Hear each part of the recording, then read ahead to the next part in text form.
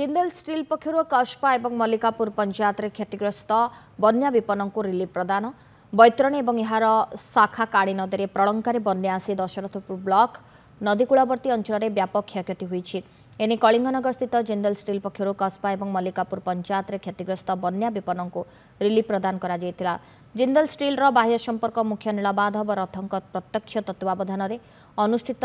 उक्त रिलीफ प्रदान कार्यक्रम को दशरथपुर कार्यनिर्वाही तहसीलदार रश्मिरंजन मल्लिक मुख्य अतिथि भाव में शुभारंभ करते। अंचल बन्या विपन्न को चाउल डाली सोरिष तेल बिस्कुट मसला चीनी सोयाबीन पैकेट प्रदान करा जायतिला। कार्यक्रम में जिंदल स्टील कर्मकर्ता सहित निकट में 4टी वार्डर वार्ड मेंबर माने उपस्थित रही ए बंटन कार्य में सहयोग करथिले।